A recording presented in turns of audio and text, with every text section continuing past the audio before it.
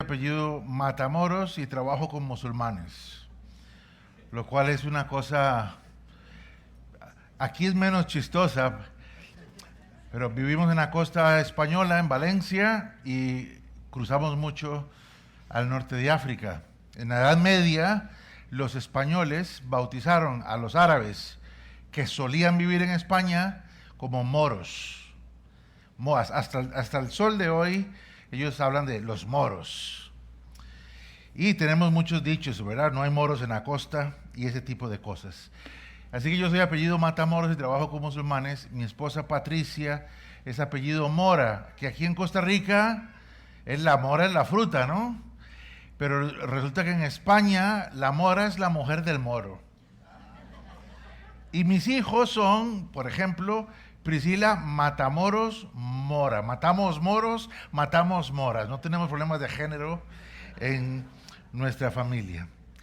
Servimos en el mundo islámico desde nuestra juventud, cuando el Señor aquí, en la pequeña Costa Rica, empezó un movimiento que todavía continúa, de ver latinoamericanos viviendo, encarnando el Evangelio, no solo dentro de Costa Rica, sino en aquellos lugares donde todavía el nombre de Jesús no se conoce.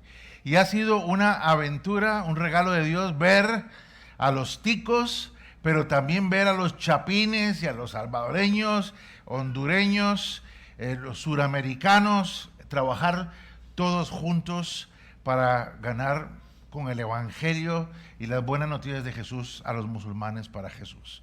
En esta mañana, cuando tomábamos un delicioso gallo pinto con natilla y con huevo, que será algo muy normal para la audiencia, pero es algo que yo echo mucho de menos viviendo afuera, que cuando nos convertimos, la expectativa era: vayan a los musulmanes y no tengan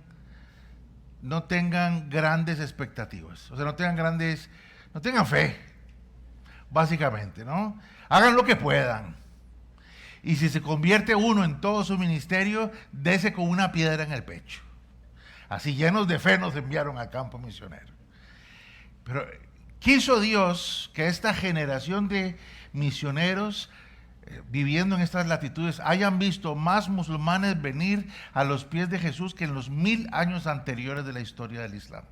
2.000 millones de personas. Y yo sé que cuando hablamos de musulmanes, lo que viene a nuestras cabezas son terroristas, guerras, golpes de Estado y todas las cosas que nos comunican las noticias, las cuales son parcialmente la verdad. Pero no son toda la verdad, mis hermanos. Dios se está moviendo en medio de ellos.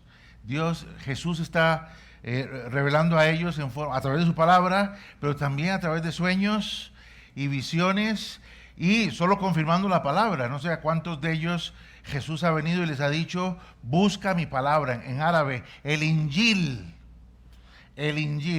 y salen a buscar un Nuevo Testamento desesperadamente y lo leen unas cuantas veces. Hoy quisiera visitar con ustedes Romanos capítulo 15, que es un pasaje de la Escritura muy famoso, muy conocido, muy querido.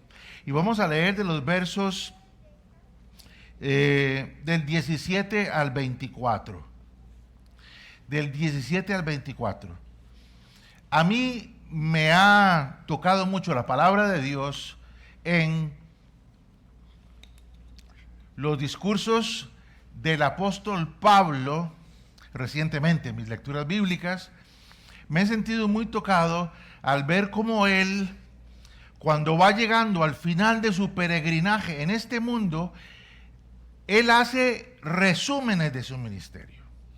Y vas a encontrar uno aquí en Romanos 15, vas a encontrar otro en Hechos capítulo 20, cuando él se despide de los ancianos de Éfeso.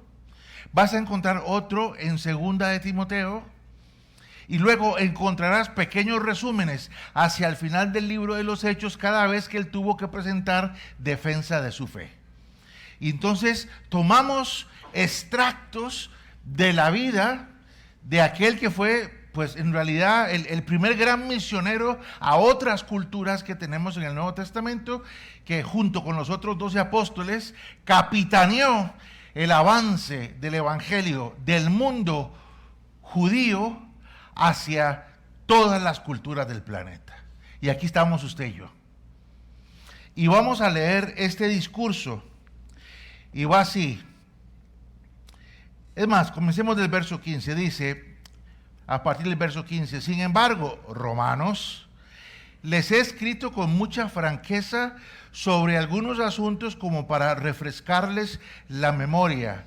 Me he atrevido a hacerlo por causa de la gracia que Dios me dio para ser ministro de Cristo Jesús a los no judíos. Yo tengo el deber sacerdotal, estoy leyendo en la NBI, de proclamar el evangelio de Dios a fin de que los no judíos lleguen a ser una ofrenda aceptable a Dios, santificada por el Espíritu Santo. Esta sección hace referencia a un hecho. El apóstol Pablo no comenzó la iglesia de Roma.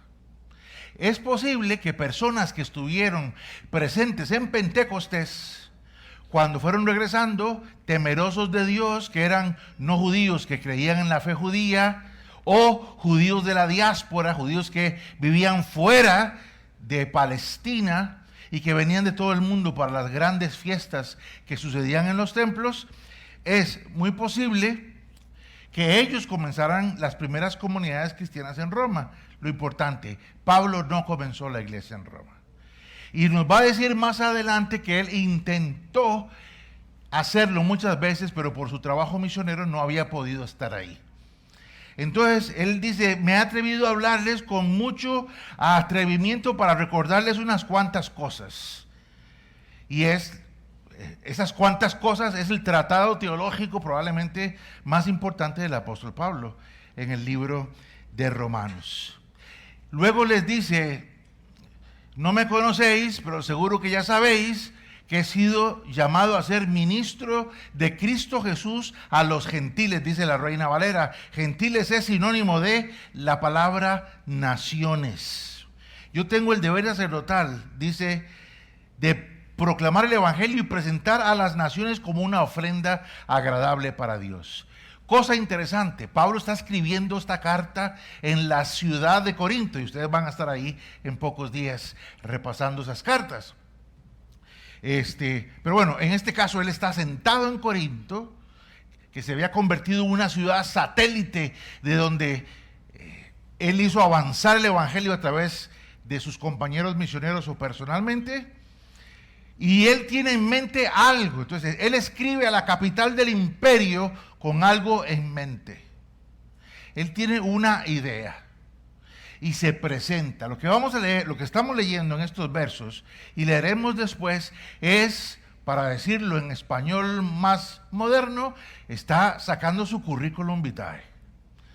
Está diciendo, yo he sido llamado a proclamar el evangelio a las naciones. Este es mi deber sacerdotal, presentar a personas como tú, como ustedes de Roma, como una ofrenda agradable para Dios.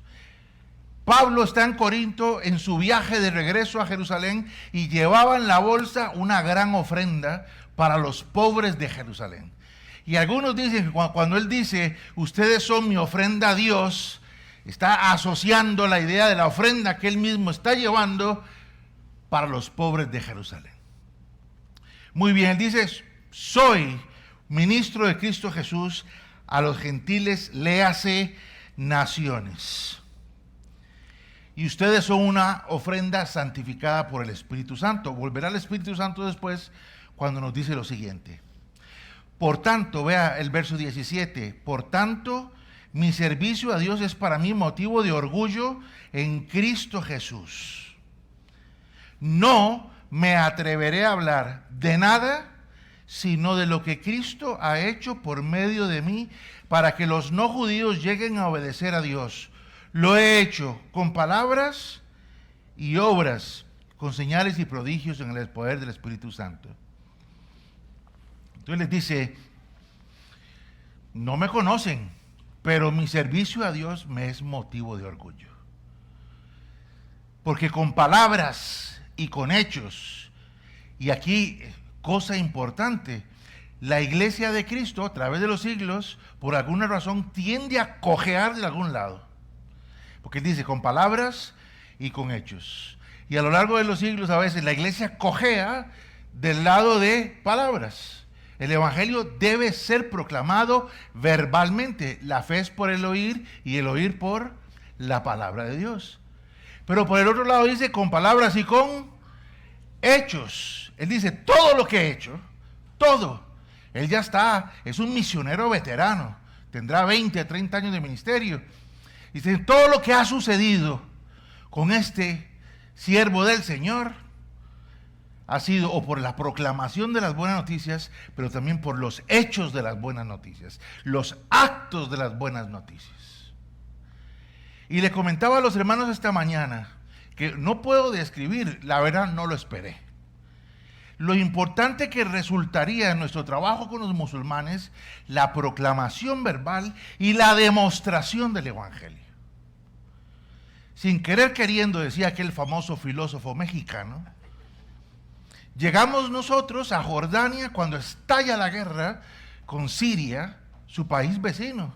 Entonces, sin planearlo, nosotros íbamos para trabajar con jordanos, pero terminamos trabajando en la frontera porque cientos de miles de sirios escapaban de los horrores de la guerra a través de la frontera con Jordania. No me lo imaginé y no lo planeamos. De pronto estábamos en la primera etapa, cuando la gente viene escapando, vienen semidesnudos, vienen con frío, vienen sin alimentos, vienen sin medicinas. Es gente, muchos de ellos, tenemos a veces unas ideas equivocadas del mundo árabe. Muchos de ellos vienen de países que en su momento tuvieron infraestructuras, digamos, semejantes a las de Costa Rica. Gente de clase media que tenía sus negocitos, sus ahorros en el banco, que aspiraban a enviar a sus chicos a la escuela, al colegio o a la universidad, y de pronto aparecen unos locos por ahí tocando puerta por puerta diciendo, el que no se haga radical islámico, para decirlo en pachuco, va jalando o muere. Y no sé cuántos murieron en ese proceso. Es que en Siria hubo crucifixiones, hermanos, hubo crucifixiones literales. Entonces la gente se vino a la frontera. Nunca nos imaginamos con nuestros colegas árabes u otros latinoamericanos. Empezamos a trabajar para suplir alimentos, para suplir medicinas. Hablamos con la Iglesia Católica, hablamos con la Cruz Roja, hablamos con las Naciones Unidas, montamos centros de acopio, medicinas. Los fríos son tremendos. Uno se imagina el Medio Oriente solo desierto. Pues no. Puede caer nieve hasta en el invierno. Nuestro primer invierno en Jordania, la nieve nos llegaba hasta las rodillas. Nota al pie de página, y nosotros como locos jugando como la nieve, ¿no? Jugando con la nieve, pero eso es tema para otro día. Y no puedo describir adecuadamente el impacto. En árabe, le contaba a los hermanos, la palabra para infiel es kafir, y se usa con fuerza y con desprecio. Y los musulmanes nos decían, es que no entiendo. Toda la vida me han dicho que los cristianos son unos kafir, son unos infieles. Son bebedores de vino, comedores de carne de cerdo y adúlteros. Claro, cuando me lo decían yo decía, bueno, de los tres, yo practico dos, pero no adulterio. Estos kafir nos cuidan, nos abrazan, nos besan. ¿Por qué? ¿Por qué? Algunos de los señores de las casas, los padres de familia, no nos dirigían la palabra, trabajábamos con las señoras y con los hijos, pero los hombres de la casa no nos hablaban. Y un día de tantos, con una de las tantas familias, al terminar nuestro tiempo, habíamos llevado médicos, un poquito de comida, unas máquinas para calentar las casas con gas. Y cuando estamos saliendo, el señor de la casa, al que vamos a llamar Abdallah, me dijo, Alan, necesito hablar contigo. Y me dijo, a mí me criaron para odiarte, a mí me criaron para desconfiar de ti, para mí no eres más que un kafir. Dice, pero de pronto pensé, yo no estoy aquí en Jordania, siendo de Siria, por culpa de los kafir. Estoy de refugiado en este país porque mi propia gente al otro lado de la frontera nos han robado, han violado nuestras mujeres, han quemado nuestros bienes, se han apoderado de todo lo que yo tenía. Mi propia gente ha hecho eso. Y vengo a Jordania para ser bendecidos por los nazaríes. Los nazaríes son los seguidores del Nazareno. Ustedes, los seguidores del Nazareno, no han hecho más que abrazarnos y bendecirnos desde el día que llegamos a estas tierras. Y me dice, hoy no quiero que te vayas a casa sin decirte algo. Le digo, dime, Abdallah, hoy puedo ver la diferencia entre Mohammed y Jesús. Con palabras y con hechos.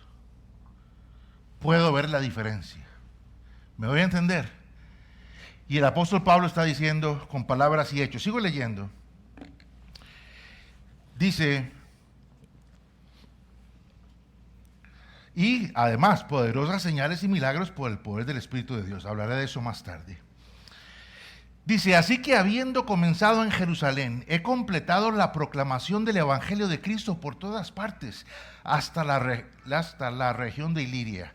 Me gusta mucho la Reina Valera. Desde Jerusalén hasta Ilírico, todo lo he llenado del Evangelio de Cristo. Cuando ves lo que está diciendo, me permiten una palabrilla así, es una burrada lo que está diciendo. Geográficamente, en una época en que los medios de transporte no eran lo que son hoy.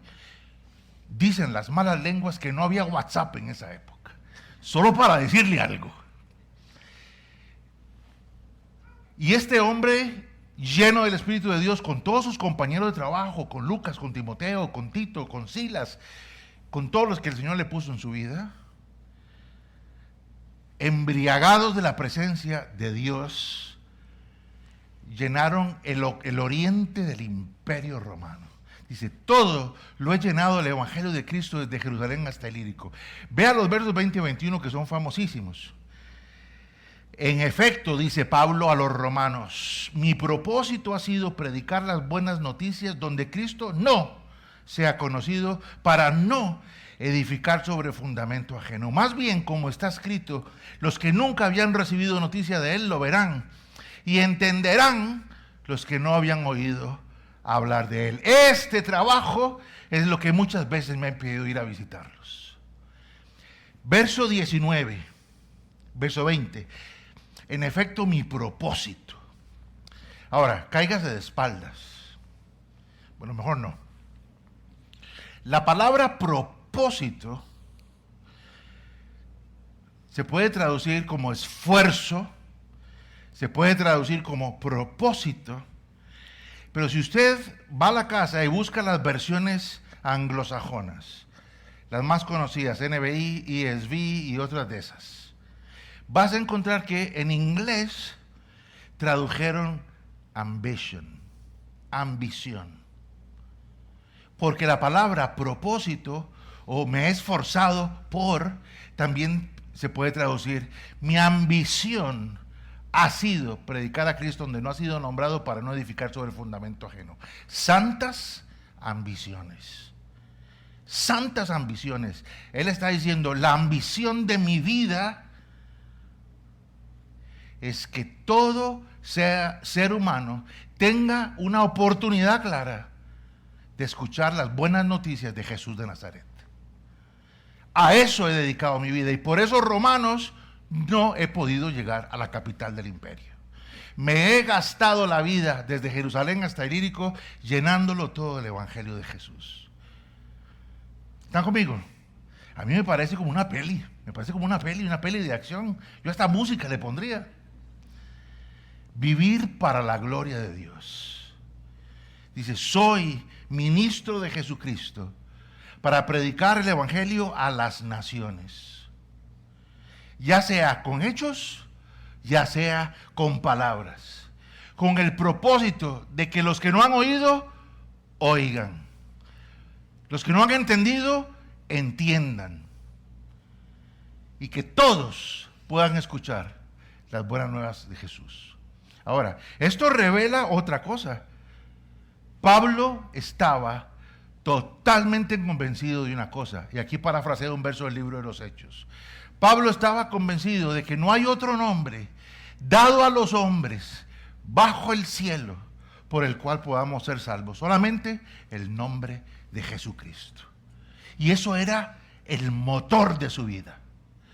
Por eso me esfuerzo, por eso le sirvo, por eso me camino los kilómetros. Y si lees otro resumen de Pablo que está en 2 Corintios, allá por el 9:10, él dice: he sido apedreado, he sido encarcelado, he naufragado, he sido molestado, perseguido por los de afuera y por los de adentro.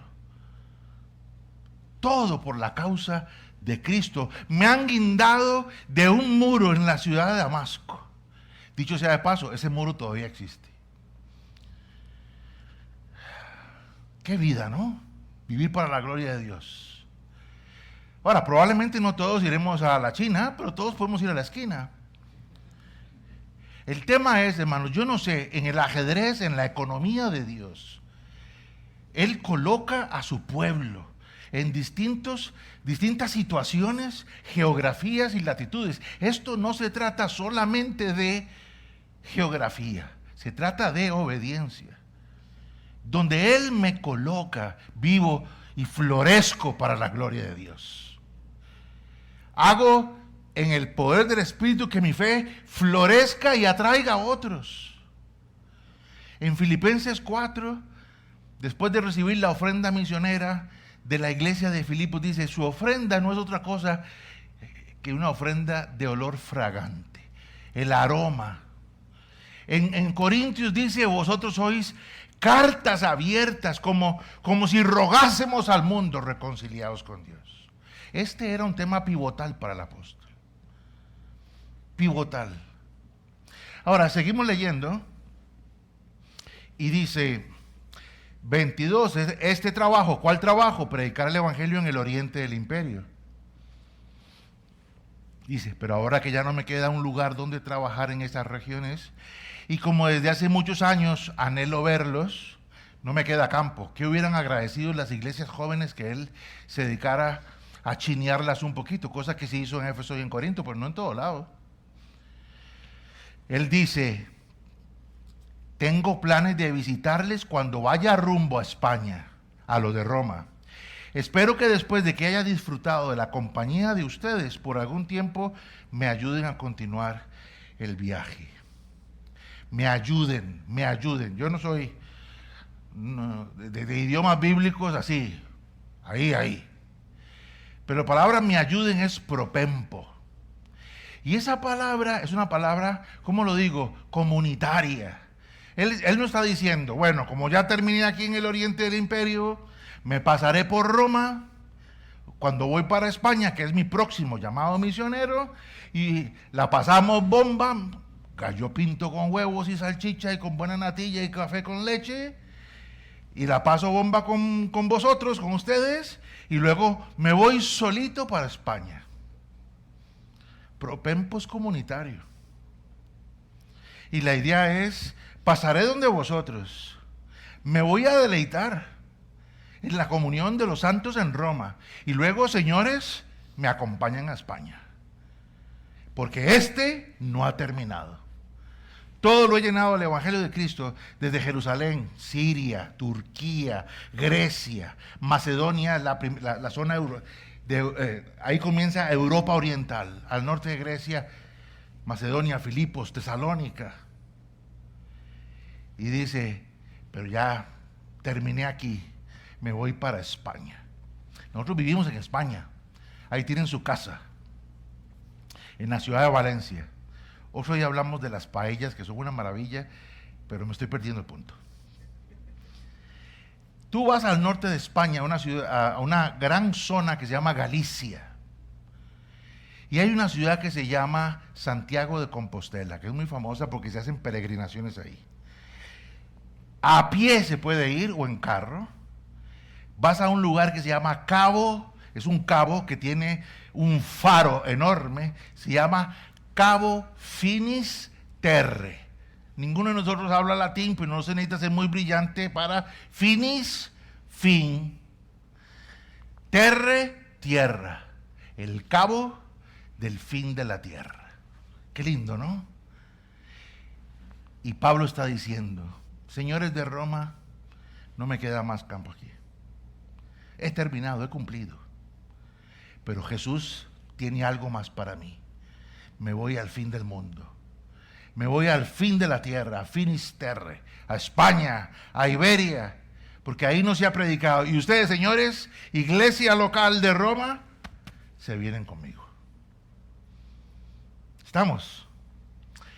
3 pensamientos, hermanos. 3 pensamientos para esta mañana. La primera, les conté que él hace un resumen de todo lo llenado del Evangelio de Cristo en el poder del Espíritu Santo, con palabras y con hechos, en el poder del Espíritu de Dios. Él está hablando de su legado. Primera palabra esta mañana es legado. Legado. Cuando uno revisa estos discursos de despedida de Pablo, él tiene una sensación de deber cumplido. Este es un legado no para la gloria de Pablo, para la gloria de Dios. Para esto he vivido. A esto he dedicado mi tiempo, mi energía, mis recursos, todo lo que soy, todo lo que pienso, todo lo que hago. Vivo para la gloria de Dios, vivo para obedecerle, vivo para amarlo, vivo para seguirle, vivo para invitar a otros al reino de los cielos. Por esta causa no he podido ir a Roma. Legado. Legado.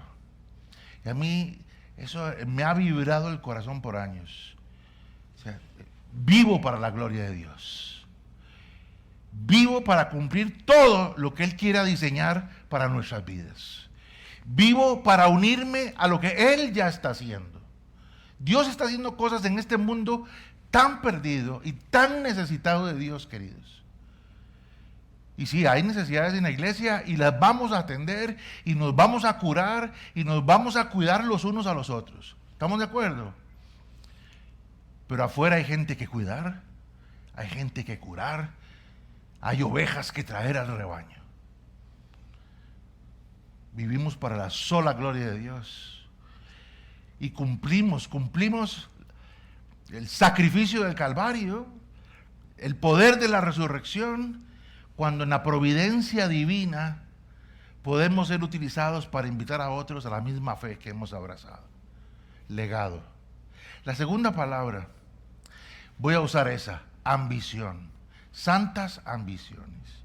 O propósito, si te suena muy feo ambición, no es que ambición me suena muy pagano. Bueno, está bien. Propósito. Yo voy a usar ambición. La primera es legado, la segunda es ambición o propósito. No hay forma de dejar un rastro si no hemos vivido con un sentido de propósito, comunitario e individual. Donde quiera que Dios te ponga, ojalá vengan muchos al campo misionero, que nos hacen falta muchos misioneros, y los latinos, no sé por qué, están siendo usados para la gloria de Dios. Y hermanos, cuando se desatan cosas, lo cuento rápido. ¿Qué hora tengo que terminar, pastor? Ya. ¿Me queda? Vivíamos en Jordania y siempre escasitos de los pesos, ¿no? Entonces nosotros íbamos a coger el avión, cuando teníamos que volver a España, volver a Costa Rica, nos íbamos a coger avión, suena así muy fresa, pero no importa, yo me voy mañana, en Tel Aviv. Pero la frontera pega hacia Jerusalén. Tú llegas a Jordania, de donde nosotros vivíamos, manejábamos al Monte Nebo, hoy les conté en la mañana, ahí se ve Jerusalén, el Mar Muerto y Jericó. Tienen que venir, ¿verdad? Tienen que venir. Y luego bajas, porque son no sé, 2.000 metros, no me acuerdo. El Mar Muerto está bajo el nivel del mar. Entonces, tú bajas y llegas a Jerusalén. Y en Jerusalén hay un barrio que es enteramente islámico, uno judío y uno cristiano, y uno armenio. Y estoy con mi esposa, con mis 2 hijos pequeños, tomándonos un té. Y estamos hablando de la inmortalidad del cangrejo, no me acuerdo qué era. Y de pronto un árabe salta sobre una mesa y empieza a gritar improperios, malas palabras contra los judíos. Y en Israel, no sé si saben, pero la policía primero dispara y después pregunta. Entonces está diciendo malas palabrotas contra Israel. Y claro, todo el mundo se agacha porque pasa lo que pasa. Entonces cambia y empieza a decir improperios, malas palabras, contra su propia gente. Y los palestinos somos unos cobardes y patatín, patatán. malas palabras. Está subido en la mesa, así, arengando. Y luego, primero Israel, después palestinos, y tercero no podía faltar. Empezó a insultar a los Estados Unidos, que es como un deporte mundial, ¿se ha dado cuenta, no? Entonces, que los americanos, malas palabras. Y estamos, todo el mundo se fue, y nosotros como tontos, los cuatro, tomando el té, viendo a este loco diciendo tonterías. Y claro, primero judíos, después palestinos, después americanos. El tipo se nos queda viendo y dice, ¿y ustedes qué? ¿De dónde son? Y nosotros, somos latinoamericanos. Y el tipo dice, ¡viva el Che Guevara! Y yo le dije a mi esposa, de algo tenía que servirnos este tipo, porque nos salvó la tanda. Pero la forma en que Dios ha diseñado nuestro pueblo, con todos los defectos que tenemos, que son unos cuantos, y con las virtudes que nos ha dado, que son otro tanto. Y la amistad que se forma entre el árabe y el latino no tiene precio. O sea, a mi casa llegaba la policía los primeros años. Andaban viniendo quiénes éramos nosotros. Y nosotros siempre veíamos un carro de color rojo parqueado en el vecindario, y nosotros, será el carro del vecino. ¿Verdad? Porque el costarricense, así como que malicia, se quedó. Hasta que un día un vecino llegó a la casa y me dijo, Alan, ¿has visto el carro rojo frente a la casa? Le digo, sí, es la policía y vienen por ti. Han estado preguntando que quiénes sois, quiénes son ustedes. Y entonces me dice, pero no te preocupes, que todo el vecindario ha dado fe de que ustedes son buenas personas. Y alhamdulillah, barakatu Allah. Dios se ha alabado. Dios se ha alabado. Legado, ambición, y el tercero es colaboración. No vamos a ningún lado sin colaboración, sin cooperación, sin ayuda mutua, los unos a los otros. Pablo está diciendo, señores de Roma, Dios me está llamando a España. Pasaré y ustedes me van a ayudar. Y se vendrán algunos conmigo. No se puede hacer la obra misionera sin la iglesia, porque aquí, en la iglesia, Dios ha dado los recursos espirituales, humanos y financieros para predicar el evangelio en Costa Rica y en todas las naciones de la tierra. Aquí está la oración intercesora, aquí están las finanzas para el reino de Dios, y aquí está el pueblo de Dios, el recurso humano para la tarea. Legado, ambición, colaboración. 3 cosas. ¿Cuánto me queda? Se fue. Todavía, 5 minutos. Saltamos a las fotos. De un solo tiro a las fotos. Bueno, esos éramos nosotros hace muchas libras y años atrás. Uno del primer puñado de costarricenses que salieron a las naciones en los 80s y 90s. Mi esposa parece una bebita, yo soy el sátiro y ella es la esposa, porque ella se veía muy joven. La siguiente es nuestra misión. Tuve el privilegio de ser director de una misión de latinos al mundo islámico, que se llama PMI, de 23 países latinos, en África Occidental, Norte de África, Medio Oriente, Asia Central y el Lejano Oriente. En Uzbekistán comenzamos con una escuela de español. Mi esposa sabrá que comenzó una escuela de español para enseñar a misioneros no a hablar español, sino enseñar español en países de acceso restringido. Comenzamos una escuela española en Uzbekistán, en Tashkent, en la capital después del colapso de la Unión Soviética. Es un país musulmán. ¿Por qué los uzbecos quieren aprender español? Sepa Judas. Pero la escuela estaba, dicen en España, petada. Teníamos la escuela llena. Y después los estudiantes musulmanes de Uzbekistán decían, queremos saber de culturas latinas. Entonces empezamos a enseñar cocina latinoamericana. Teníamos mexicanos, argentinos, costarricenses, panameños. Entonces, clases de cocina a reventar. Y claro, entre papa y papa peladita, Jesucristo te quita el pecado. Ajá. Y luego de eso, y aquí me van a perdonar, dijeron, es que nosotros hemos oído de que los latinos bailan mucho. Y dijeron, ustedes no dan clases de baile. Pastor, perdóname, pero dimos clases de baile. Y había que ver a esos tiesos uzbecos tratando de llevar el... Y bueno, el Señor nos regaló iglesias por la ciudad, hermanos. Evangelismo por amistad, genuina, desinteresada, amorosa, tierna, que abraza, que socorre, que cuida, que muestra interés por el otro. El Evangelio. ¿Cuál es el verdadero ayuno? Dice el Señor. Cuidar a la viuda, al pobre y al huérfano, mientras vamos proclamando las misericordias de Dios. ¿Qué pasó? Nos echaron la policía en el año 2006, era un equipo de 20 personas. Nos acusaron de proselitismo religioso, y era verdad. Esto no es el mundo de hoy. Las comunicaciones todavía en el 2006, ahí, estaba Skype echando alas. Mis compañeros tuvieron que salir, los socorrimos en España, perdimos contacto con mucho del fruto que había en esa época. 10 años después, estoy en Turquía, en una reunión de misioneros, en un culto como este. La alabanza la están dirigiendo gente de Kazajistán, Tayikistán, Kirguistán, Uzbekistán y todos los que están por ahí.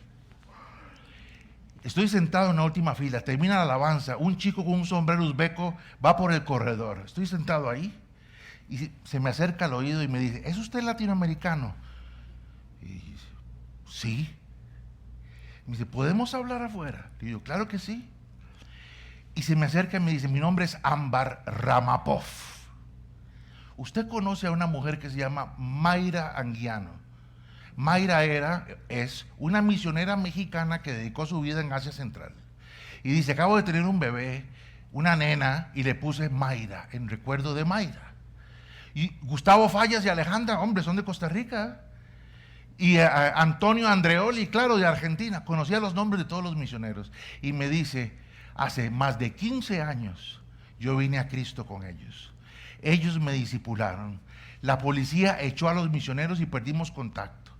Y tengo muchas ganas de saber cómo están ellos. ¿Cómo están? Yo le digo: están muy bien. Se fueron a otros países, aquí y allá, como misioneros. Entonces Ambar me dice: Alan, solo dígale a los hermanos que nosotros, a pesar de la persecución, todavía estamos aquí, siguiendo a Jesús, viviendo el Evangelio y predicándolo en Uzbekistán para la gloria de Dios.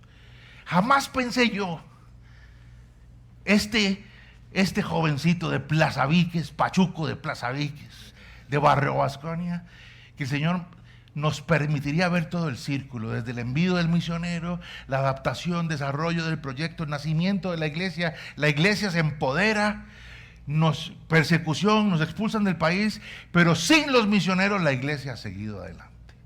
En medio del fuego de la persecución, siguen a Jesús a pesar de, y se multiplican. ¿Por qué no oramos pensando en las tres cosas? Oremos esto, lo dejamos ahí.